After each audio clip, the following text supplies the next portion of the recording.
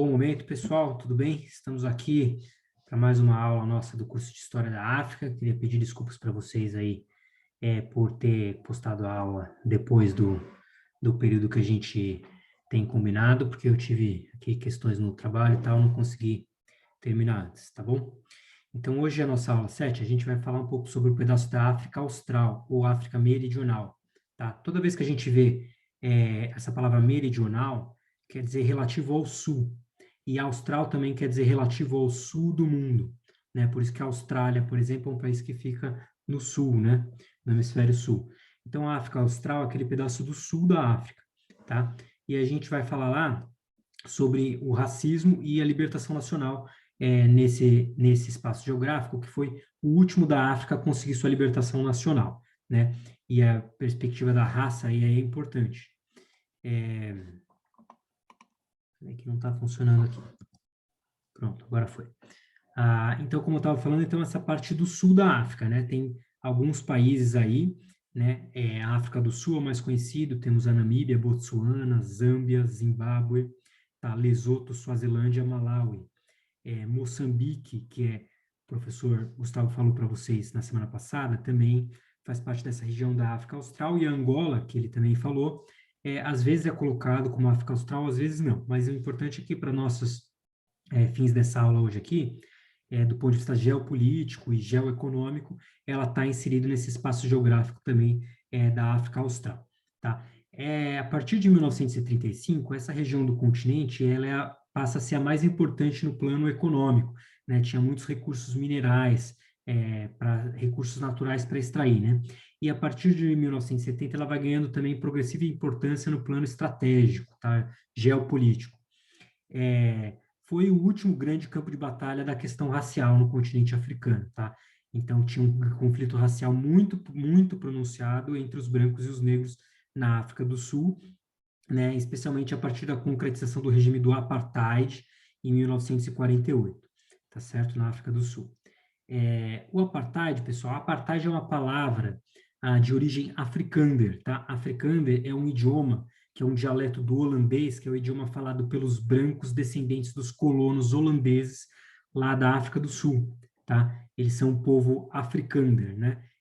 Apesar do nome se referir à África, eles são povos brancos, tá? Descendentes dos colonos holandeses que passaram a adotar essa região da África Meridional, da África do Sul, como a sua própria terra, né? Era um colonialismo de assentamento, né? A gente já vai ver mais um pouco sobre isso, tá? Então, esses colonos brancos, eles eram pertencentes, assim, à burguesia rural, né? À classe dos latifundiários, ou mesmo que fosse pedaços de terras menores, né? Enfim, a classe que possuía terras lá na África do Sul, tá? A Rodésia do Sul, que a gente vai ver que é o atual Zimbábue, ela também está inserida bastante nesse contexto de apartheid, né? Eu estava falando da palavra apartheid, que é de origem africana, ela significa separação, né? Aquilo que está apartado. Então, ela significava separar os brancos dos negros, né? Esses colonos brancos de origem africana, eles também pertenciam à classe trabalhadora urbana. Essa classe trabalhadora que, embora fosse trabalhadora, ela era privilegiada em relação aos negros, né? E eles desejavam uma proteção desses privilégios, tá? Então, o regime do apartheid, ele significou a proteção da posse da terra por parte dos brancos, então, questão fundiária, questão da terra é importante para os negros não terem acesso à terra, e também a proteção desses privilégios dos trabalhadores urbanos brancos, né, de ter acesso aos melhores empregos, tá? Então, eles eram privilegiados em relação à classe trabalhadora negra, né? Então, tá aí a repartição de terras, né? A segregação racial, então, viver em espaços diferentes, né? Frequentar espaços diferentes, e a exploração da mão de obra africana, que também tem a ver com a questão das terras, porque esses brancos, eles eram colonos, eles eram os possuidores da terra, e eles empregavam a mão de obra africana a baixo custo da mão de obra, né? Com baixos salários, né? Os trabalhadores urbanos, eles eram os únicos a ter direito sindical e previdenciário, tudo bem, então acesso a uma previdência, a uma aposentadoria, os negros não tinham acesso a isso, nem a direitos sindicais, de representação sindical. E essas leis aí que eu coloquei em inglês, né, Industrial Conciliation Acts, Workmen's Compensation Acts, são leis da década de 30, que elas, antes do apartheid ainda, né, mas o apartheid, ele começa oficialmente em 1948, mas essa legislação racista, ela já vem de antes. Então, essas leis aí, Industrial Conciliações Industriais, né, e as compensações da classe trabalhadora, workmen, eles visavam exatamente ter esse acesso, só os brancos poderem ter acesso aos sindicatos e à previdência pública, né? Então, está em jogo aí uma questão de identificação de raça e de classe, né? Porque os trabalhadores brancos, eles se identificavam mais a partir da sua raça que a partir da sua classe, eles não tinham solidariedade com os trabalhadores negros, tinham mais solidariedade com a burguesia branca, né? E aí, acesso aos melhores postos de trabalho, né? Então, quer dizer, uma concorrência, eles visavam impedir uma concorrência interracial pelo trabalho, que os trabalhadores brancos, eles não queriam concorrer com os trabalhadores negros pelo acesso aos trabalhos, queriam que a legislação do apartheid, ela reservasse para eles o acesso a esses melhores postos de trabalho e, assim, ter o melhor nível de vida, né? Então, quer dizer, privilégios relativos em relação aos negros, tá?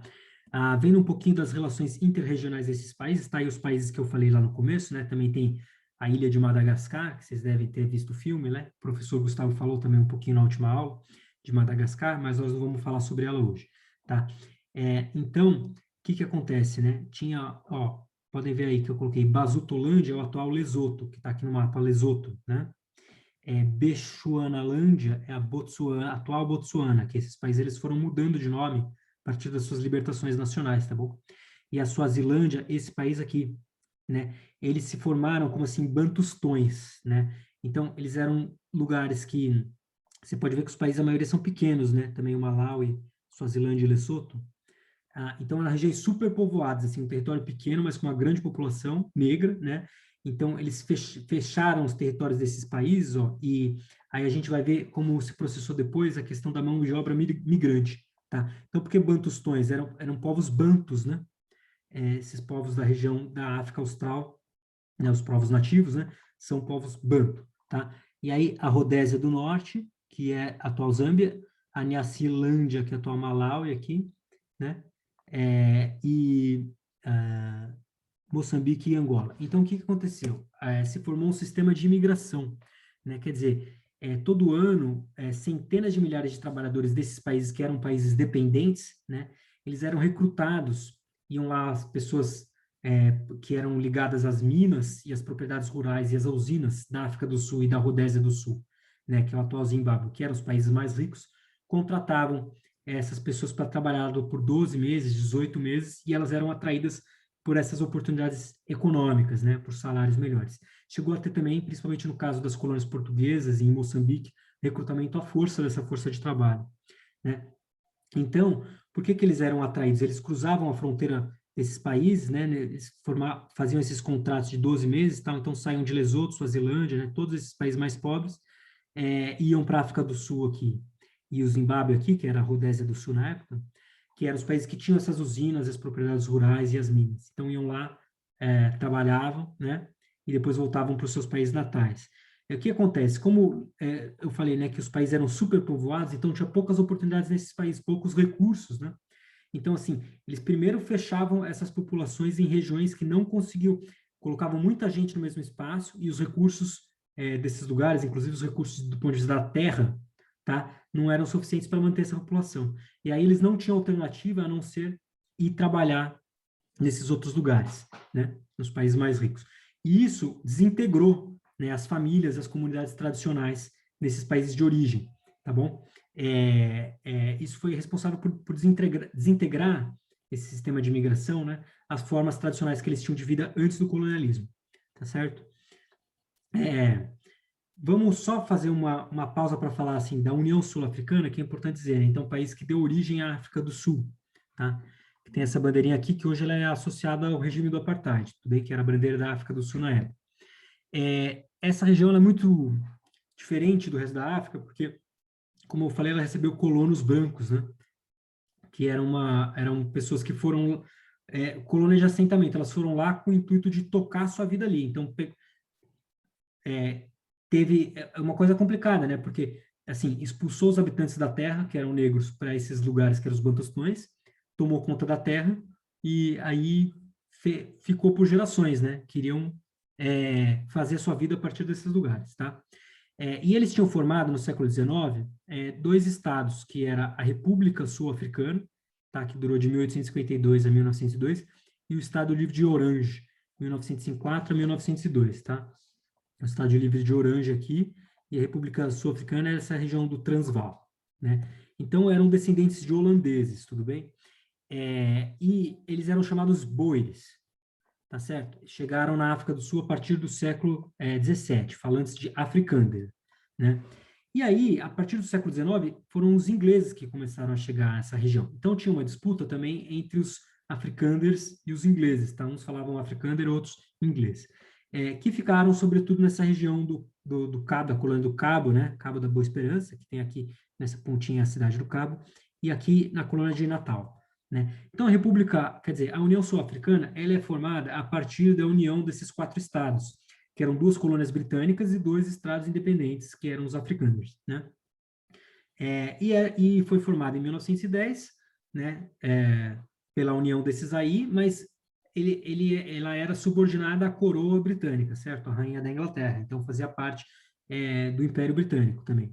Mas era um país que tinha independência, mais ou menos como é o Canadá hoje, ou a Austrália, são países independentes, mas que estão nessa esfera dos países britânicos, né? Eles têm a rainha da Inglaterra e a rainha desses países também, né?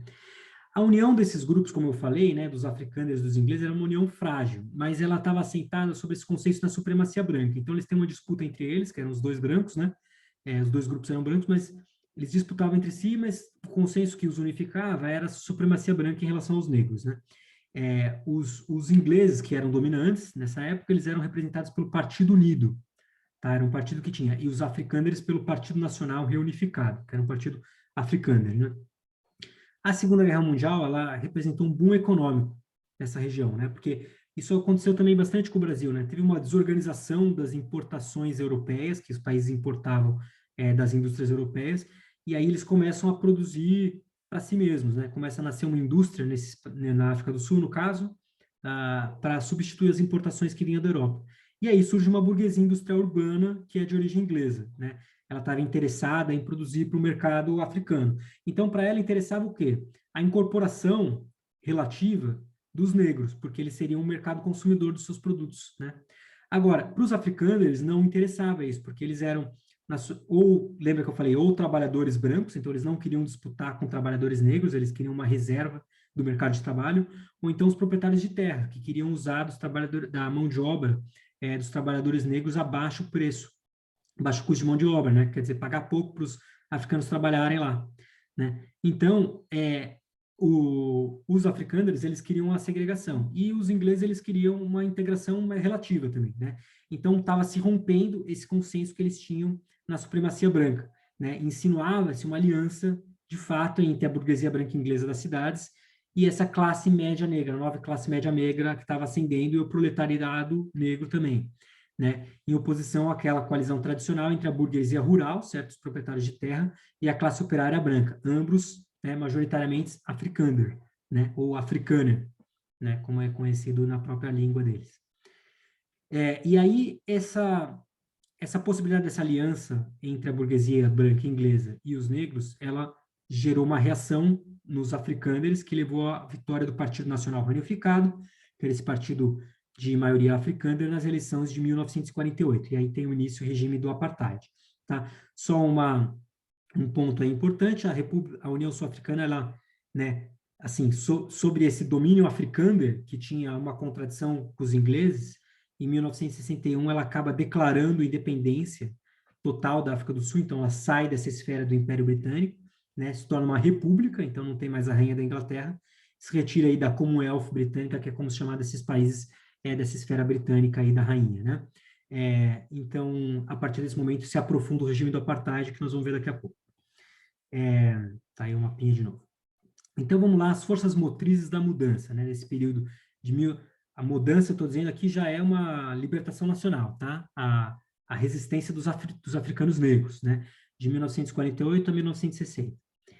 tinha, na época, um nacionalismo africano ortodoxo, tá?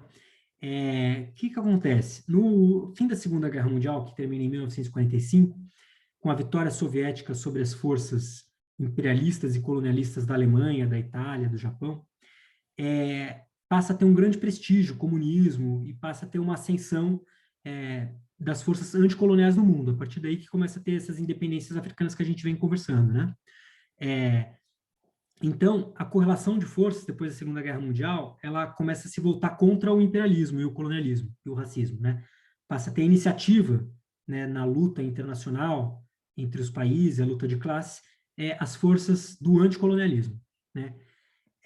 E aí, o nacionalismo africano ortodoxo que tem nessa região da África Meridional nessa época, ele é encampado por uma classe média negra, tá? Então, ele é de matriz liberal. Ele visava o quê? A libertação nacional negociada, tudo bem? Não, assim, a luta radical, armada e tudo mais. Então, ele visava uma luta dentro da legalidade, né?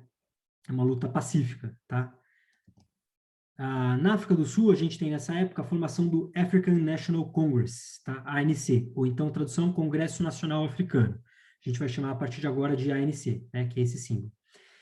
E aí começa a ter, dentro dessa lógica do nacionalismo africano ortodoxo, muitos protestos populares, né?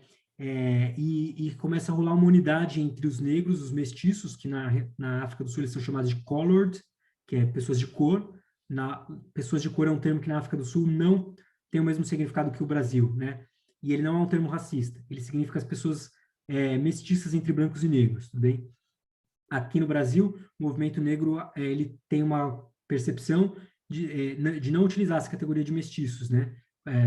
Para nós, negros são tanto pessoas com qualquer tom de pele, tudo bem? Mas na África do Sul não, existe essa divisão aí importante entre os negros e os mestiços, tá certo? E lá também tem uma população indiana, né? Que veio da Índia, né? Que também fazia parte dessa esfera do Império Britânico, então uma população importante de indianos lá, que também sofriam racismo, tá certo? Então, os brancos, supremacia branca é contra todos esses grupos aí, os negros, os mestiços e os indianos, que, a partir do fim da Segunda Guerra Mundial, começam a se unir, né, contra a supremacia branca, certo? Contra o regime de supremacia branca, né? E essa união também envolvia brancos antirracistas, né?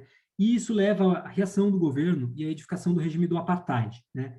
Com a edição da lei do autogoverno banto, que já nós vamos ver o que é, né? Que começa a se edificar o apartheid. Mas ainda antes dessa lei, a edificação do apartheid, né? Ela tem essas leis aí que a gente cita, né? Então, tem uma lei de zona de residência de 1950 que segrega as pessoas em zonas de residência diferentes. Não pode viver no mesmo lugar brancos e negros. Então, eles começam a criar os chamados guetos, que eram regiões para só os negros ou os negros e os mestiços viverem, tá certo? Segregação espacial, a partir do local da residência, né? Tem uma lei de repressão ao comunismo, em 1950, essa lei, ela bane o Partido Comunista, né? Se torna ilegal o partido, e também ela visava, assim, enquadrar como comunista qualquer um que se voltasse contra o apartheid ou contra o racismo, já era tido por comunista e era preso, né?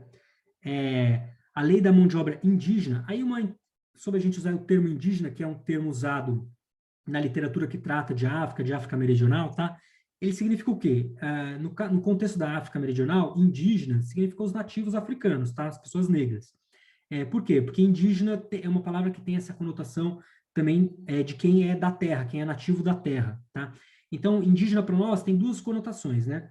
Uma são os povos indígenas, que são os nativos das Américas, né, do continente americano, mas exatamente por ter essa noção de, assim, nativo, na África, eles são os africanos, tudo bem? Então, nós temos aqui os nossos alunos que são indígenas, que fazem parte do nosso núcleo virtual, né?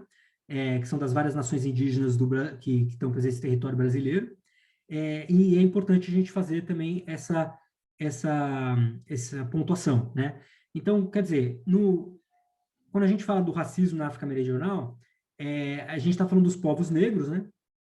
Que tem os povos negros no Brasil também, que foram os povos que foram escravizados, vieram da África para cá. Só que lá, eles não têm essa mesma... não houve essa escravização que eles foram levados, que nem torcidos da África para cá. Eles eram de lá mesmo.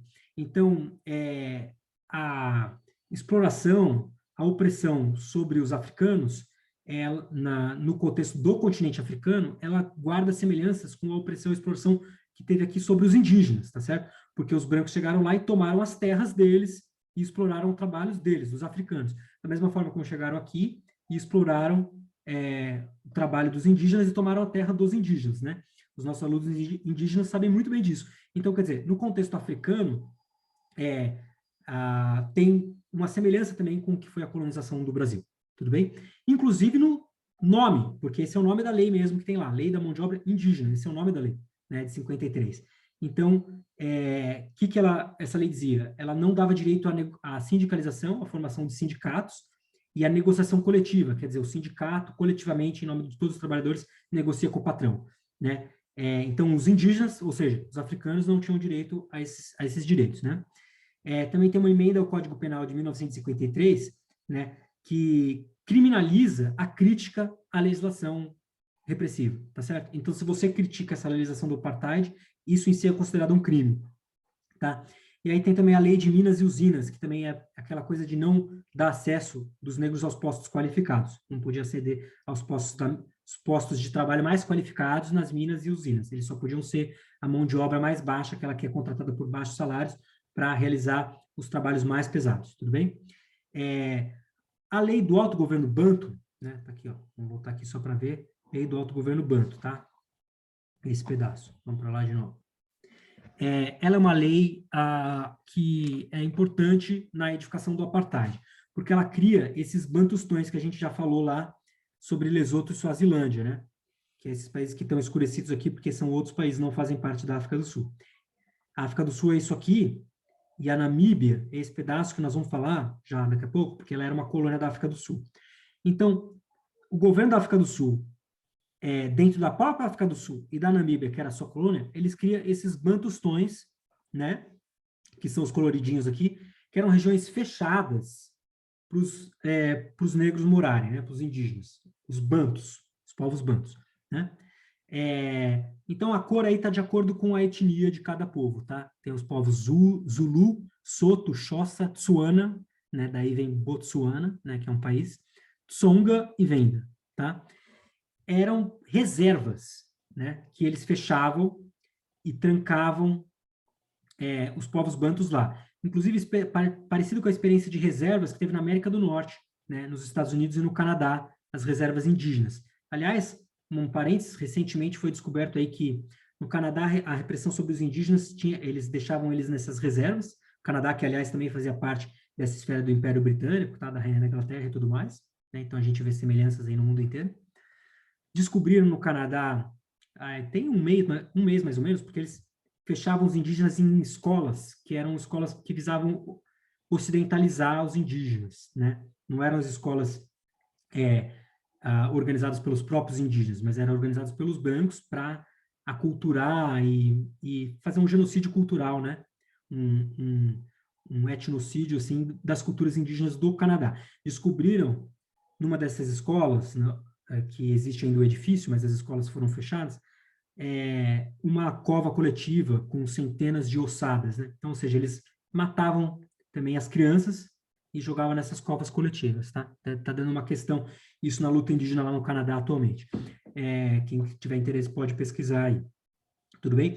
Então, esses bantustões, eles eram reservas também. Aí, eram que nem a gente falou antes, né? No caso de Lesoto e Botsuana, que eram países separados, e aqui não eram países separados, era dentro da própria África do Sul, mas tinha algumas semelhanças, porque eles criaram países dentro do país, assim, né? Então, eram regiões autogovernadas, né?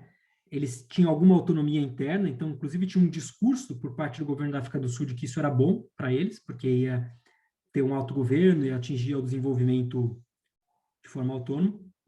E aí cabia ao Estado sul-africano, que é o Estado controlado pelos brancos, a defesa, a segurança interna e as relações exteriores e o orçamento. Quer dizer, eles tinham a última palavra em relação às questões importantes, né? Então, apesar de ter autonomia, eles não tinham soberania internacional, ou seja, eles não eram países que podiam fazer a relação exteriores. A relação exterior era feita pela África do Sul.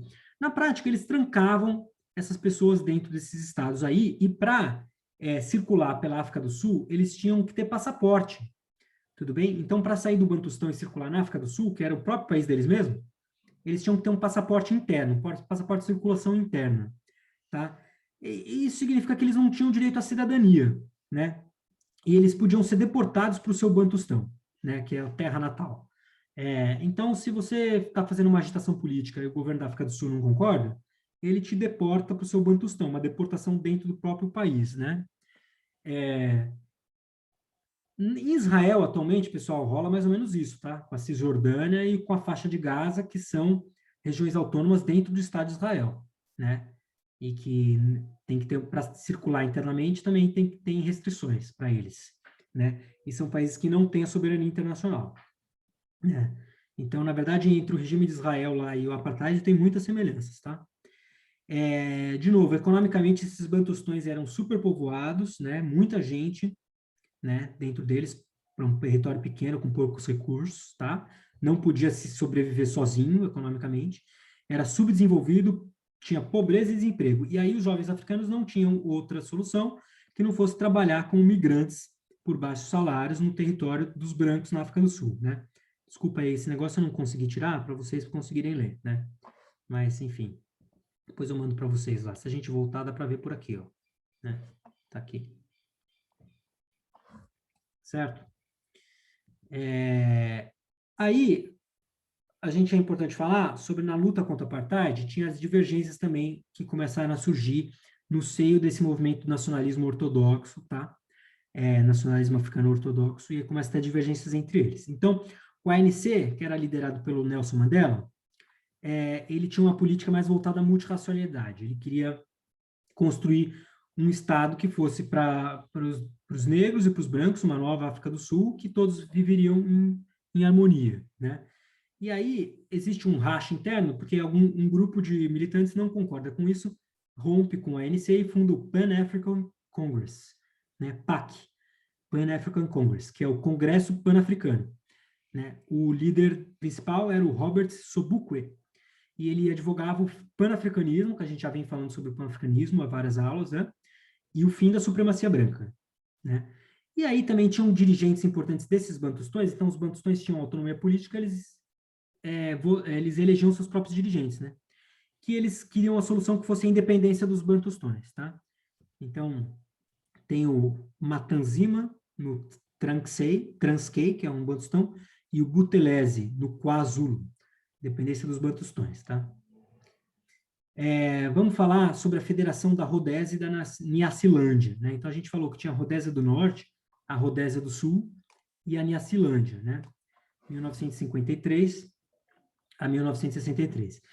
Era uma união supostamente multirracial desses países, né? Rodésia do Sul, do Norte e Niacilândia. Então, qual que era a ideia? A Rodésia do Sul era um país que tinha uma minoria branca importante, né? Uma minoria branca numerosa, assim como a África do Sul. E a Rodésia do Norte não, nem a Niacilândia. Era um país que todos eram majoritariamente negros, mas no caso da Rodésia do Norte e da Niacilândia não tinha nenhuma minoria branca considerada, né?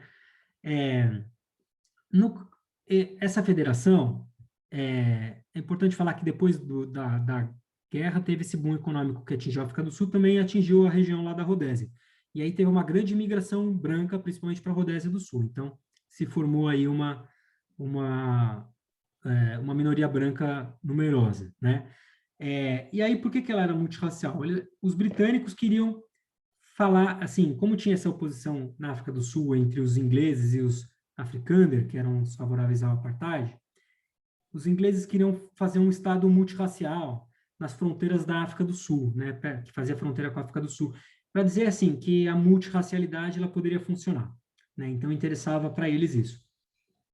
Só que existia um colonialismo branco, né? Então a contradição entre essa associação multirracial e o colonialismo branco, ela fez com que a federação não desse certo, porque na verdade o que estava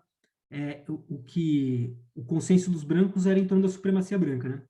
E aí ela é dissolvida em 1963, com a independência da Nyasaland, agora sob o nome de Malawi, e da Rodésia do Norte, que é rebatizada Zâmbia. E ficou a Rodésia do Sul, então, como esse estado dominado pelos supremacistas brancos, né? Vamos ver o que acontece com ela. A burguesia urbana, ela junto com o governo da Inglaterra, ela tentou essa política de integração e assimilação parcial da nova classe média negra. Era ela que tinha tentado essa federação multirracial com os outros dois países, né? Mas, diante da aliança da classe média negra com o campesinato negro, ou seja, ela queria trazer, incorporar a classe média negra, mantendo a opressão sobre o campesinato negro. Só que a classe média negra, ela não topa, e ela se alia, né, nessa bojo da identificação racial, se alia com o campesinato negro, né? Então tem uma identificação de raça aí. E essa política fracassa, essa política de assimilação, né? E aí, assim, na hora do vamos ver, do pega para capar, o que acontece? A burguesia branca e urbana, né, que era a favor da assimilação, ela recua para a política supremacista branca. Isso ali a burguesia rural e a classe operária branca, que na Rodésia, assim como na África do Sul, era favorável às políticas racistas, né? As políticas de apartheid. Então, seguindo o exemplo da África do Sul, a Rodésia, ela edita leis segregacionistas, né? Reprime o movimento nacionalista africano, né? Que tinha lá o Congresso também, Southern Rhodesia African National Congress, Congresso Nacional Africano da Rodésia do Sul, né? E então vai começar a edificar o apartheid na Rodésia também. O movimento Congresso Nacional Africano da Rodésia do Sul, ele se divide em dois, né? Que é o Zimbábue. Zimbábue é o nome que eles reivindicavam para a Rodésia, tá? Rodésia é um nome do colonialismo, o nome do país colonialista era Rodésia, e eles queriam mudar o nome para Zimbábue, e isso acaba acontecendo depois. Então, Zimbábue African People's Union, que é o ZAPU, que é a União dos Povos Africanos do Zimbábue, e o Zimbabwe African National Union, ZANU, ou União Nacional Africana do Zimbábue. Tá? O ZAPU era dirigido pelo Joshua Nkomo, ele defendia a não violência, e o ZANU era mais radical, dirigido pelo Sithole e pelo Robert Mugabe, defendia a luta armada, né? Então, as divergências que eles tinham entre eles. E aí, aqui também não está aparecendo, mas um referendo sobre a independência exclusivo, que só os brancos podem votar, né? Exclusivo aos brancos, acaba declarando a independência unilateral da Rodésia em 65. Então, ela rompe também com a Inglaterra, com o Império Britânico, e se torna independente, mas é uma independência que não é independência verdadeira, né? Não é a libertação nacional verdadeira, porque é uma independência feita pelos brancos, né? Assim como foi feito na África do Sul. Na África do Sul foi em 61, na Rodésia em 65. Então, esses países, eles andam ali juntos, né? Tem uma influência mútua importante, tá? E continua a luta do ZANU e do ZAPU contra o Estado da Rodésia independente, tá? Supremacista branco. E aí começa, pessoal, a partir da década de 60, então, como os brancos radicalizam com essas independências, porque assim, nem a Inglaterra estava topando a política de apartheid, tá certo? A Inglaterra que era o senhor desses países aí, né? Dentro do Império Britânico. E aí a África do Sul e a Rodésia se tornam países independentes na Inglaterra, né? E resolvem radicalizar a política segregacionista, racista do apartheid. E aí a resistência dos africanos radicaliza também. E começa na década de 60 a luta armada, né? Então, o que acontece? Os africanos, eles vão reconhecer as limitações daquele nacionalismo africano ortodoxo que a gente falou diante o quê? Da intransigência dos colonos, né? Então, a luta pacífica, a luta urbana, das manifestações, tem como resultado a radicalização do regime racista, né? Com a independência da Rodésia e da África do Sul. E aí, eles viram que aquela luta pacífica não ia adiantar e que precisava ir para a luta armada, né? Ao lado disso, a gente pode falar também que nós falamos nas aulas anteriores, né? Que a experiência dos países africanos independentes, que os países africanos foram ficando independentes nas outras regiões do continente, né? Mostrou que a independência política não era suficiente, né? E os países continuaram subdesenvolvidos, que é aquele conceito do Kwame Nkrumah, de Gana, que a gente falou na aula 3, se eu não me engano, do neocolonialismo. Então, os países ficaram independentes, alcançaram independência política, acabaram com o colonialismo político, mas surgiu daí o neocolonialismo, que é o colonialismo econômico. Então, na África Austral, que estava mais atrasada, não tinha conseguido ainda a independência verdadeira, né? Tinha esses regimes racistas, eles viram, a partir da experiência dos outros países que mais ao norte foram ficando independentes, que precisava de uma independência econômica e cultural também, né? E isso tinha a ver com a questão na África Austral, porque na África Austral os países ficaram independentes sob domínio dos brancos, né? Então, alcançaram uma independência política com uma espécie de colonialismo interno feito pelos brancos, tudo bem?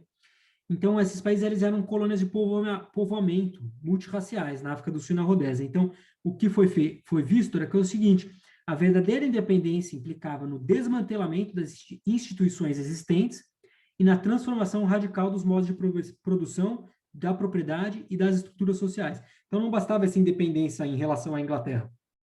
Precisava destruir as instituições do Estado racista. E isso só com a luta armada, tá certo? Então, implicava uma rejeição absoluta do imperialismo, do colonialismo, do racismo e do capitalismo, né? Então, não bastava só tirar a Inglaterra, tinha que detonar com o sistema, tudo bem? E aí, se desdobra a luta armada a partir dos movimentos de libertação nacional, que vão lutar contra os colonos brancos, né? Cada um tinha determinados apoios aí. Puxa, as bandeirinhas sumiu na hora que eu dei zoom. Mas o que acontece? Os movimentos de libertação tinham um apoio político e material das massas urbanas e rurais, dos intelectuais, né, do funcionalismo e dos burgueses progressistas. E do ponto de vista geopolítico, cada um desses, né, da geopolítica mundial, assim, do período, que era da Guerra Fria, cada um articulou os seus apoios internacionais, né? Então, o movimento de libertação, ele contava com o apoio da Organização para a Unidade Africana, que a gente já falou, que foi constituída no bojo do Pan-Africanismo, que era uma organização de todos os países africanos e que apoiava os movimentos de libertação nacional antirracistas da África Austral, e também da União Soviética, da China e dos países não alinhados, né? E também dos países escandinavos, tá? Eram então, os apoios internacionais que eles articularam. Enquanto que os colonos brancos, eles contavam com o apoio diplomático e material dos Estados Unidos, da Grã-Bretanha, da França e da Alemanha Ocidental. Também de Portugal, né? Que o professor Gustavo falou com vocês na semana passada sobre as colônias portuguesas e as lutas de independência lá, está muito articulada, porque está na mesma região da África Austral, também com a Rodésia e a África do Sul, né? Porque era um país que também estava tendo luta armada e guerrilha contra o Estado português, né? E os colonos portugueses desses países, colonos brancos. Todos os lados, eles conseguiam, tinham uma cooperação mútua, né? Então, a Rodésia, a África do Sul e Portugal, no caso de Angola e Moçambique, eles se ajudavam a fazer operações conjuntas. E os movimentos de libertação nacional de Angola, Moçambique, que foi o que o professor Gustavo tratou, e da Rodésia, né, que foi se tornar o Zimbábue, e da África do Sul, eles também tinham cooperação mútua e operações conjuntas contra os colonos brancos, né? E eles conseguiam articular a base nesses países vizinhos.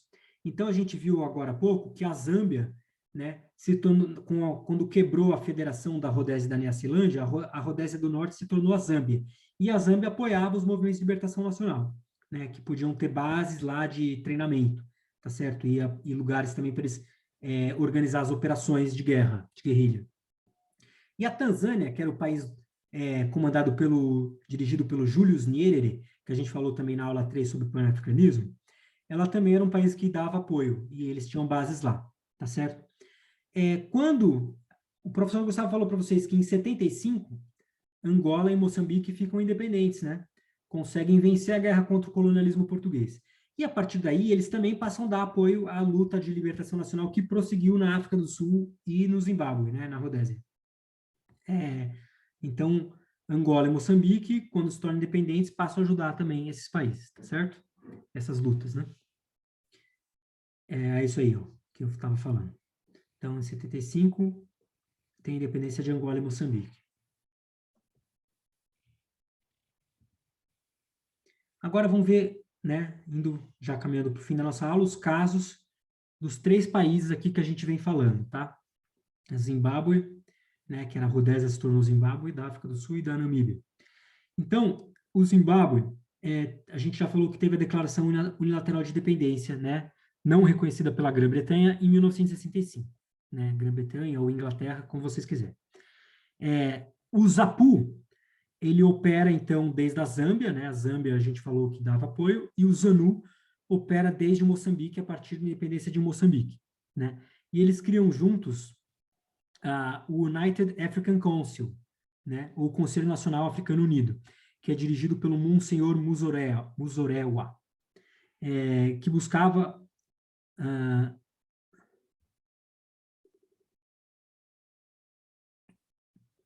buscava ocupar o espaço político que foi esvaziado a partir da luta armada. Quer dizer, na verdade, eu acho que eu escrevi errado aqui, porque os Apu e os Anu faziam a luta armada, tá certo? E aí, esse espaço político da luta legalista, negociada, que ficou vazio com a ida da luta armada dos Apu e dos Anu, é ocupado por esse Conselho Nacional Africano Unido, que é dirigido pelo Muzorewa.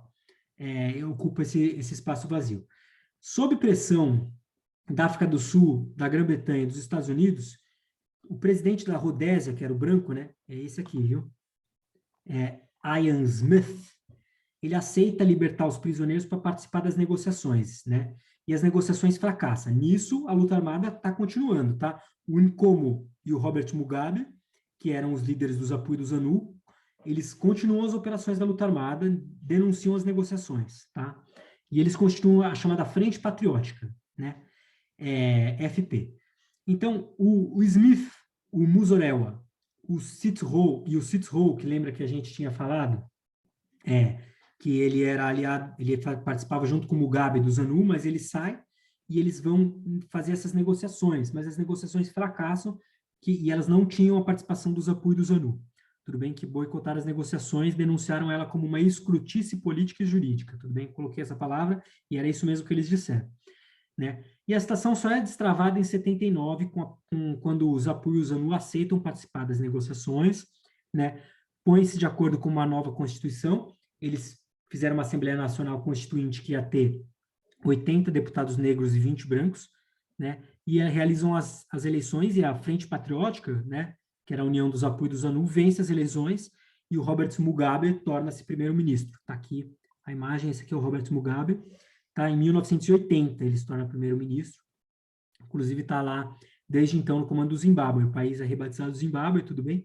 E essa é a foto da ocasião que ele, quando o poder passou do Ian Smith para ele. Tá? E aí essa é considerada a libertação nacional do Zimbábue. A Namíbia é uma situação muito complicada, porque a gente já falou que era uma colônia da África do Sul, né? Então ela foi uma colônia alemã até 1920. Aí a Alemanha ela perde a Primeira Guerra Mundial e a Grã-Bretanha assume o controle da Namíbia, tá? A Grã-Bretanha que venceu a Primeira Guerra Mundial. Só que ela não controla diretamente, ela delega à União Sul-Africana, que, lembre-se, era um país independente, mas com a rainha da Inglaterra, né? Nessa esfera britânica de países. E a União Sul-Africana passa a controlar a Namíbia, né? Quando a União Sul-Africana se torna a República da África do Sul, em 1961, a África do Sul continua a administrar a Namíbia, né, praticamente como uma província da África do Sul, e aplica na Namíbia também a legislação do apartheid, né? E, na verdade, é um verdadeiro colonialismo que a África do Sul faz na Namíbia, porque a economia se restringia à exploração mineral, né? Então os africanos, os sul-africanos brancos iam lá explorar minérios, né? E exportava esses minérios via África do Sul. Então a Namíbia mandava para a África do Sul, que mandava para o resto do mundo, né? E aí embolsava uma grana com isso, tá certo? E a população servia de mão de obra migrante também nesse sistema de mão de obra migrante que a gente falou, né? Então, a Namíbia era mais um país explorado nesse sentido, né? A ONU declara a ocupação sul-africana sobre a Namíbia ilegal em 66. E essa questão vai para a Corte Internacional de Direitos Humanos em Haia, que em 72 reconhece o grupo da era um grupo armado, tá certo? Que buscava a libertação nacional da Namíbia, chamado Southwest African People's Organization, Organização dos Povos da África do Sudoeste, SWAPO. A Corte Internacional de Justiça, né, que faz parte da ONU, reconhece esse SWAPO como o legítimo representante da Namíbia, né? Então, não reconhece o domínio sul-africano. Mas a África do Sul, ela desafia a ONU e mantém a ocupação, certo? E ela passa a manter lá um governo fantoche. Depois da independência de Angola, ela resolve dar uma autonomia fantoche. A gente já falou também, acho, né, de o que significa governos fantoche. São aqueles governos que, assim, o país é nominalmente independente, mas, na verdade, o governo é subserviente ao governo de outro país, né? Então, subserviente no caso da África do Sul. E, por isso, prossegue a luta armada, né, realizada pelo SWAPO. Né? Aqui é interessante ver, porque, assim, a Namíbia ela fica entre a Angola e a África do Sul. E a Angola, vocês viram na outra semana com o professor Gustavo, ela tinha o MPLA, né? MPLA, que era o grupo armado que lutava pela independência de Angola e depois participou da Guerra Civil também, né? Que teve. E era um grupo apoiado pela União Soviética e por Cuba, né?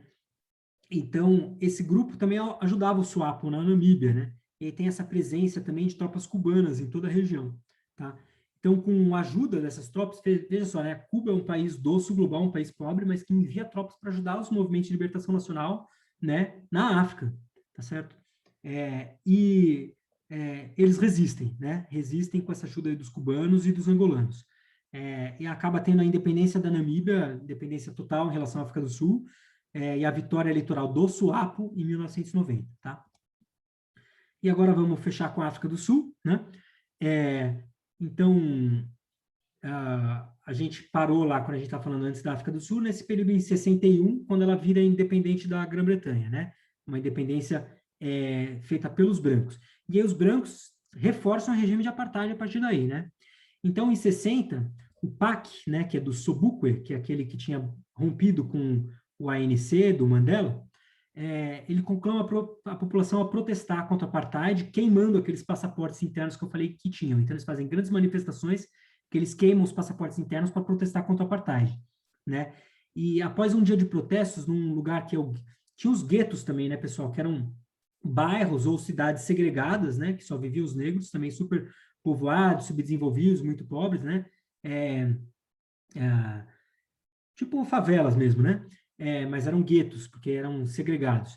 E então é parecido com os Bantustões, só que não eram regiões muito extensas, eram bairros assim de outras cidades maiores. Aí tinha esse gueto de Sharpeville, né, na região de Joanesburgo, tá? Que é a maior cidade da África do Sul.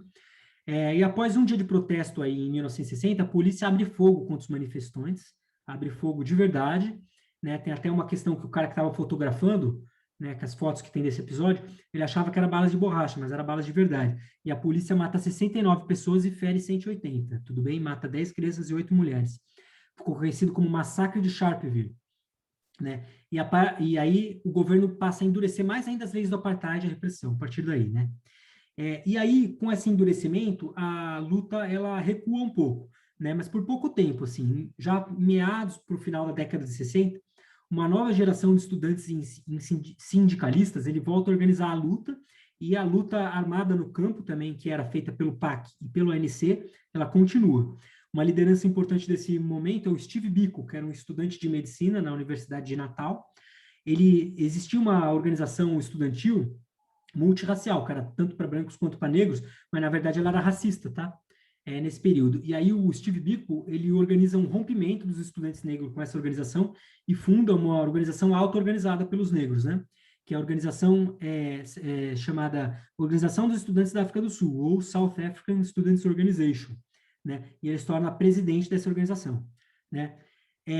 O Biko e a SASO, né, que é essa organização estudantil, eles organizam um movimento que foi ser importante, porque era o movimento da consciência negra, né, e leva para as massas o conhecimento desse pan-africanismo, que ela ainda não conhecia, do pensamento pan-africano, e também da ação dos movimentos de libertação nacional e de guerrilha na própria África do Sul e em outros lugares, né.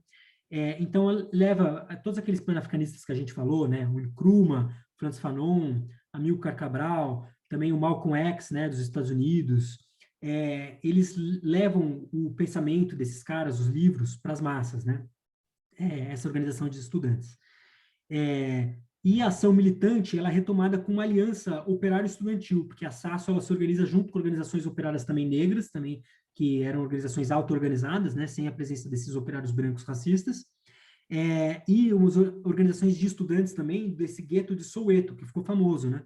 Soweto era um gueto em Joanesburgo, que também teve muitos protestos, e aí para quem gosta de pagode noventista, né, tem o grupo Soweto, também uma homenagem, né, ao movimento de libertação nacional na África do Sul, que estava sendo protagonizado pelos moradores e pelos estudantes de Soweto, né?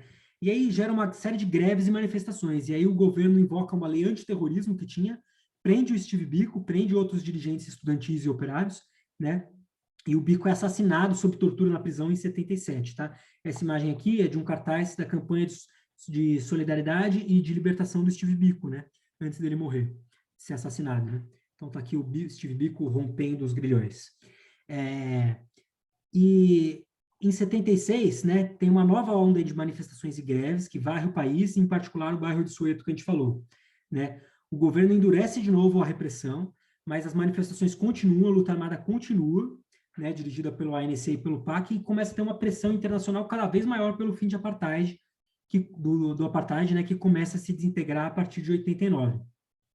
É eleito um cara que chama de Klerk, que é um branco de origem africana, né, eleito primeiro-ministro, presidente do país, e esse de Klerk, ele provoca uma distensão do apartheid e solta em 1990 o Nelson Mandela, que estava preso, né, tem o filme lá do Mandela, se vocês quiserem ver, o filme da Selma, né, que é a mulher do Nelson Mandela, Selma Mandela. Então, em 90 ele é libertado e aí começa a ter um distensionamento do apartheid, tá certo? Em 91, a legislação segregacionista do apartheid é revogada, né? E as primeiras eleições multirraciais sob sufrágio universal, ou seja, as primeiras eleições que os negros podem votar, porque só votavam os brancos, são realizadas em 1994. O ANC varre a eleição, tem uma ampla maioria de 62% dos votos, e ele forma um governo de união nacional com partidos negros e partidos brancos, elegendo o Nelson Mandela, que vocês conhecem, está aqui ele, presidente, né? A África do Sul muda a bandeira, né? Tinha aquela bandeira do apartheid, e vocês podem ver que essa bandeira, na verdade, é uma junção da bandeira que tinha antes, porque a bandeira do apartheid era listrada laranja, branca e azul, e eles colocam pode ver que tem sob uma bandeira do apartheid laranja, branca e azul, uma outra bandeira que era com as cores do ANC, né? Que é parecida com a bandeira da Jamaica. Ó. Então, essa é uma bandeira que é uma junção de duas. Então, a libertação nacional da África do Sul, é interessante a gente mencionar que ela é feita assim sobre uma questão de união nacional. Eles queriam instituir uma democracia racial, entendeu? Então, a ideia deles não era